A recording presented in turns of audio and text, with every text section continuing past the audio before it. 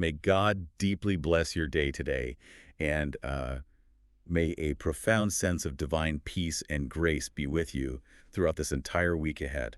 Think about, the last time you went to the movies. Right. The big climax happens, the screen fades out, and then the text starts rolling. Exactly. And if you're like most people, unless you are holding out for some secret superhero cameo at the very end, that is your cue to grab your empty popcorn bucket and head for the exit. Yeah, you definitely don't sit there analyzing the names of the key grips and the assistant caterers. No, of course not. The main narrative has resolved. Everything that follows just feels like, I don't know, administrative housekeeping. Right, so our natural instinct is to just completely disengage. And when you look at the source material we are diving into today, it really mimics that exact movie credits experience. We're doing a deep dive into a stack of these incredibly rich historical and theological commentaries on a single ancient text. Chapter 16 of the Apostle Paul's letter to the Romans. Yes, Romans 16. And for anyone reading this document, this final chapter usually serves as the ultimate skip it section.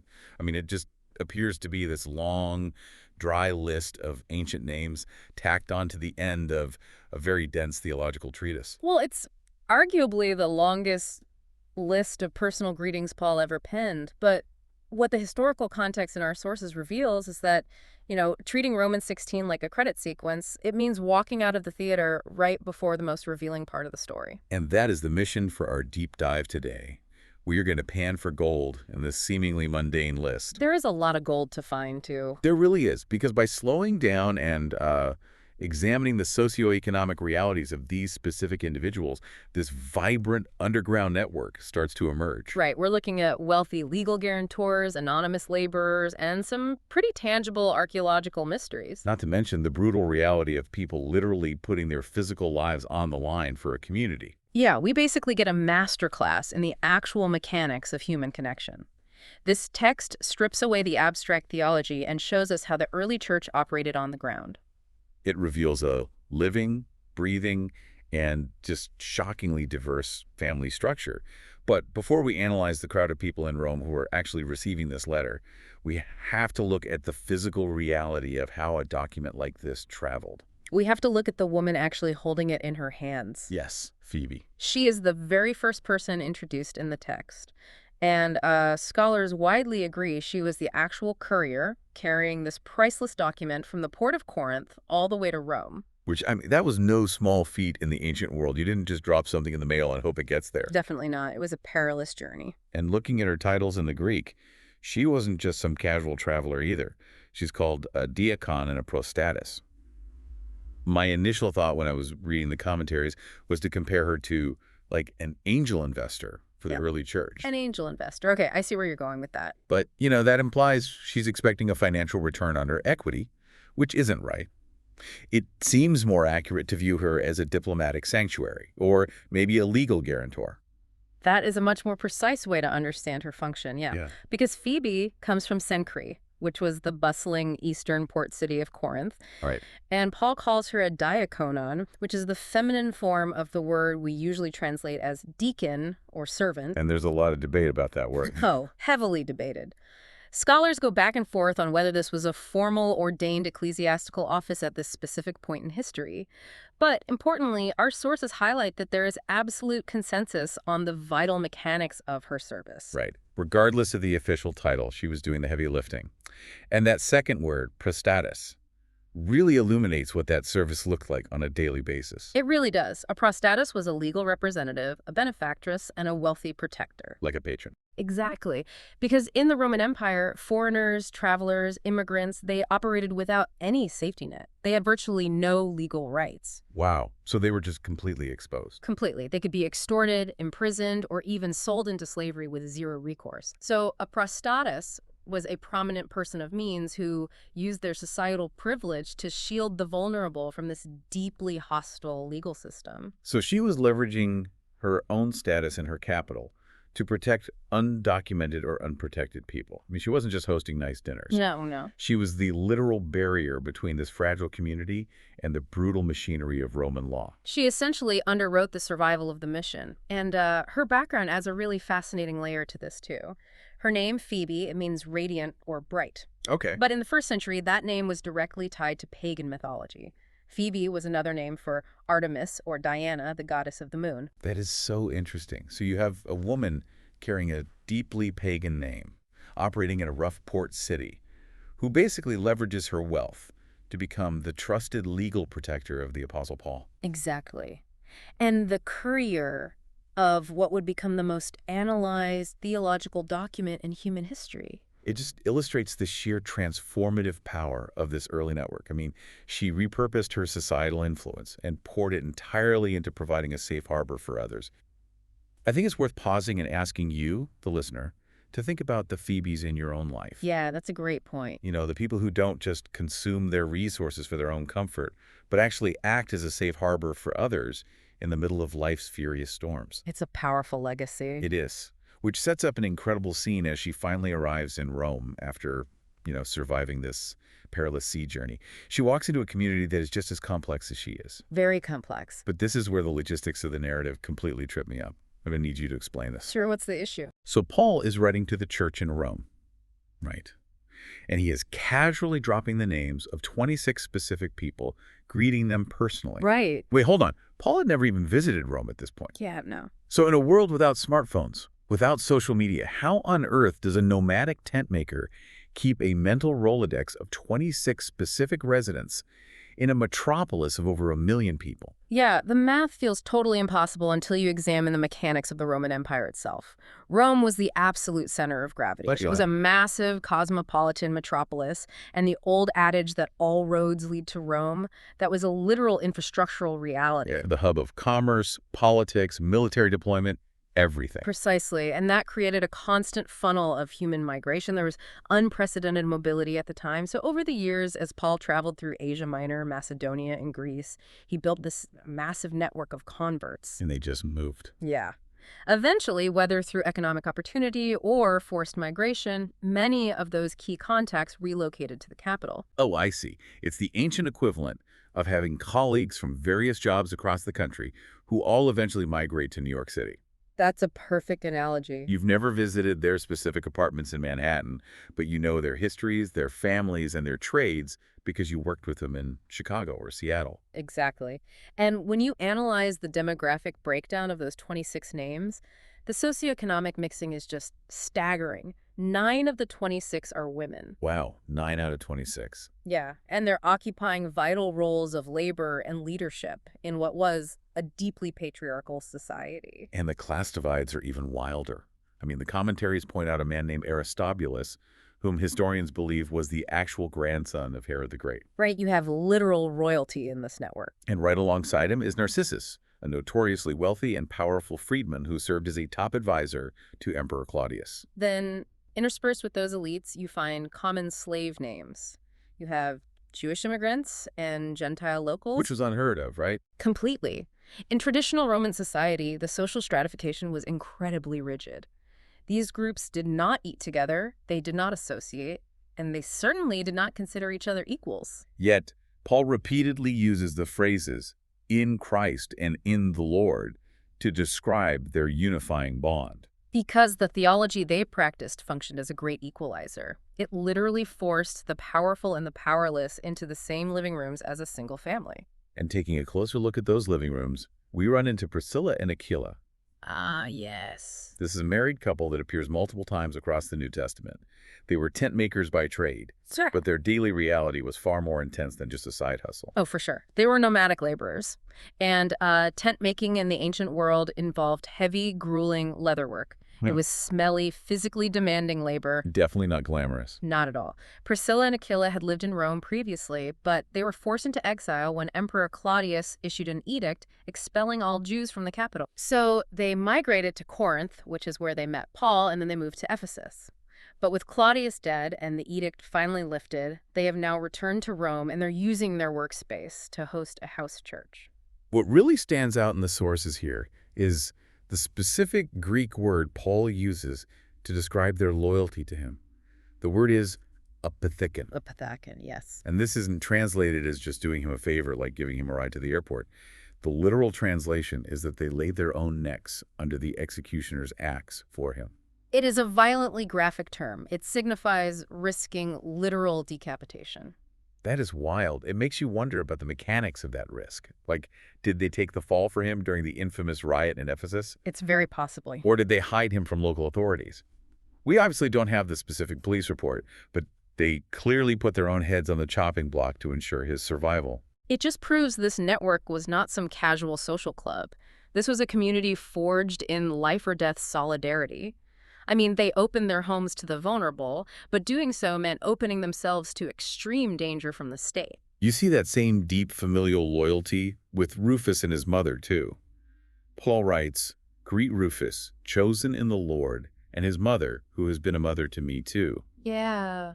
On the surface, it's a sweet sentiment, but the historical breadcrumbs here are remarkable. They really are. They tie this Roman church directly to the crucifixion. Wait, really? How so? Well, in the Gospel of Mark, when Jesus collapses under the weight of the cross, the Roman soldiers conscript a bystander named Simon of Cyrene to carry it. Right, Simon of Cyrene. And Mark intentionally notes that Simon was the father of Alexander and Rufus. Oh, wow.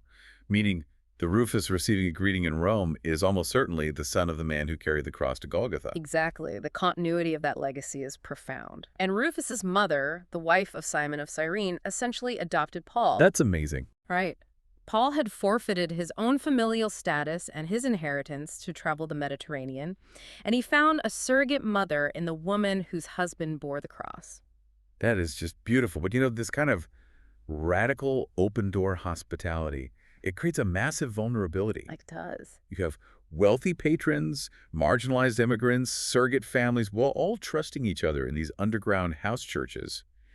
And that vulnerability explains the sudden, violent shift in the tone of the letter. It's a very sharp pivot. Yeah, out of nowhere, it's like ending a warm family reunion with a sudden, serious warning to watch out for the con artists at the door. Whoa. Paul pivots from these warm greetings to a severe, urgent warning. The pivot is jarring, for sure. He warns this fragile community to watch out for infiltrators who cause divisions and create obstacles contrary to the teaching they had learned. Because if you're a con artist in the ancient world, a trusting, generous community of people who pool their resources and open their homes is basically the ultimate soft target. Oh, absolutely. The sources note these infiltrators aren't bursting through the door with swords.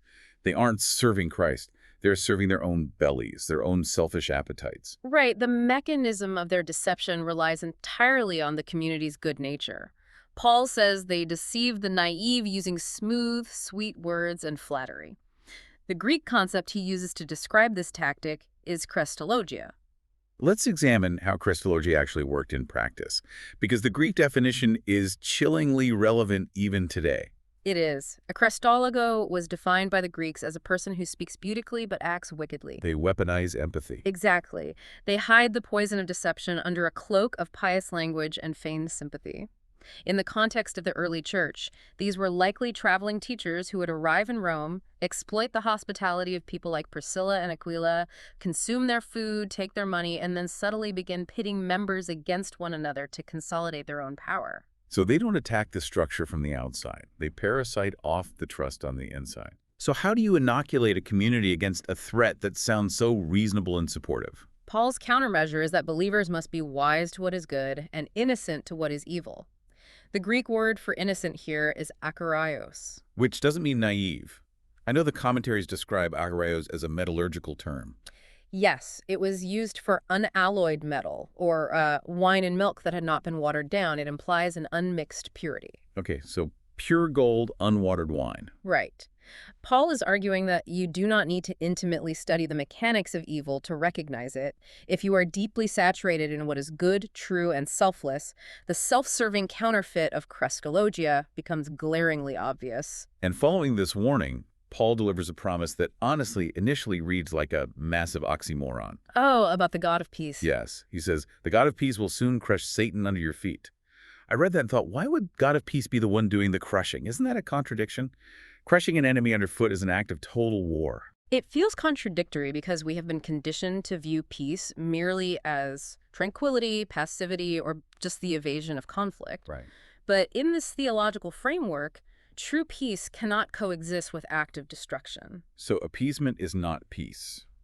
Far from it. The peace of God does not submit to the forces attempting to fracture the community. It conquers them. You simply cannot secure true, lasting peace without systematically eliminating the evil that is manufacturing the division in the first place. Because Satan is framed as the ultimate architect of discord, so the God of peace must operate as a victorious warrior to suppress that discord. Precisely. And the fascinating detail is that God doesn't just crush the enemy in isolation.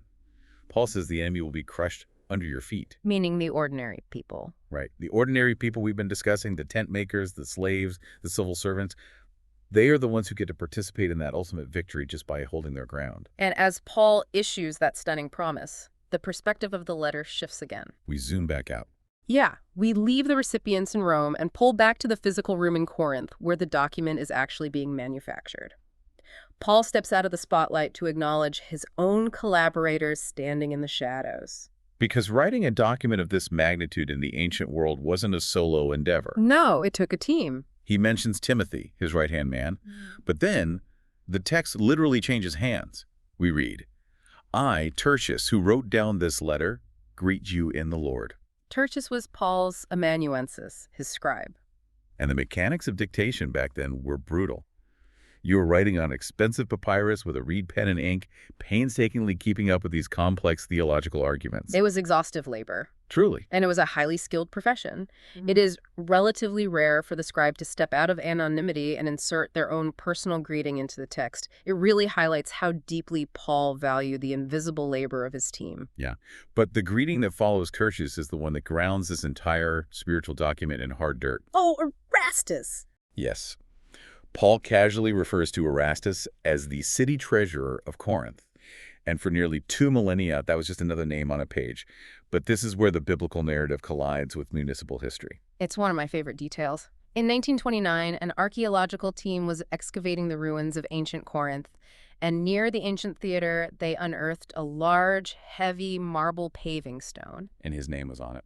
Carved deep into that stone was a Latin inscription stating, Erastus, in return for his aedileship, laid this pavement at his own expense. Wait, the title of aedile meant he was a high-ranking civic officer, right? Yes. He was the commissioner of public works, managing the finances and infrastructure of a major Roman hub. He was a man of immense civic power and wealth. Think about the socioeconomic whiplash there. You have the man responsible for paving the streets of Corinth, sitting in a cramped room with a nomadic tent maker and a scribe, sending greetings to slaves and royalty in Rome. We actually have the physical name of this house church member carved in stone. It is a remarkable archaeological anchor. It proves these individuals were not mere literary devices. They were real people, operating the levers of civic government while simultaneously navigating the dangerous waters of this underground faith. And after acknowledging all these people, Paul brings the entire letter to a close with a massive, soaring doxology.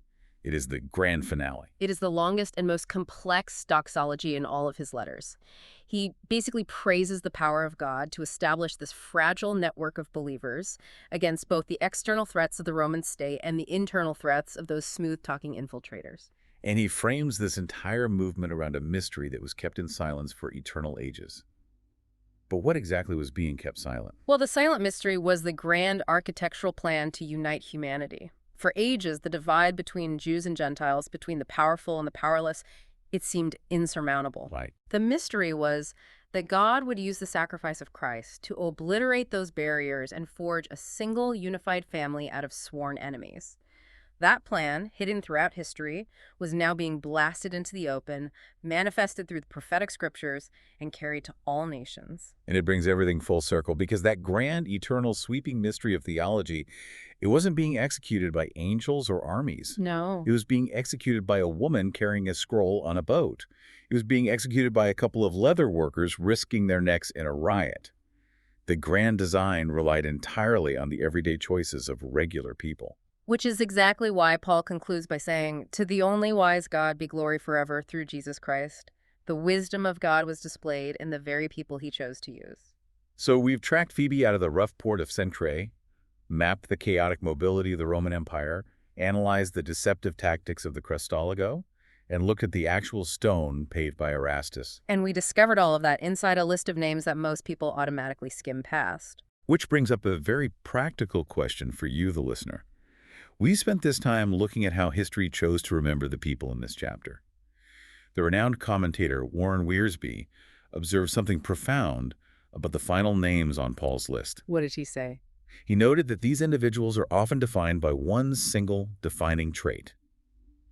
Take a man named Gaius History, remembers him purely as the host, the man whose door was always open. That's a great legacy. And Quartus is immortalized in eternal history with just 2 words: the brother, the man of a fraternal heart. It forces a serious self-audit, doesn't it? When you strip away your career achievements, your academic degrees, and your financial portfolio, what is the fundamental mechanism of how you treat the people around you? Exactly. If history were to remember you in just a single short phrase based purely on your impact on others, what would your phrase be? Would you be the safe harbor, the one who risks their neck, or just someone serving their own belly? It is definitely something to evaluate as you move through your week. It really is. And as we bring this deep dive to a close, I want to reiterate the promise I made at the very beginning of our time together. From the bottom of our hearts, God blesses all of you, our listeners. We are incredibly grateful you chose to spend your time exploring this with us. It is always an honor to unpack these historical realities together. So the next time you find yourself at the end of a movie, maybe stick around for the credits. You never know what kind of gold you might find hiding in the names. Until next time, keep digging and take care.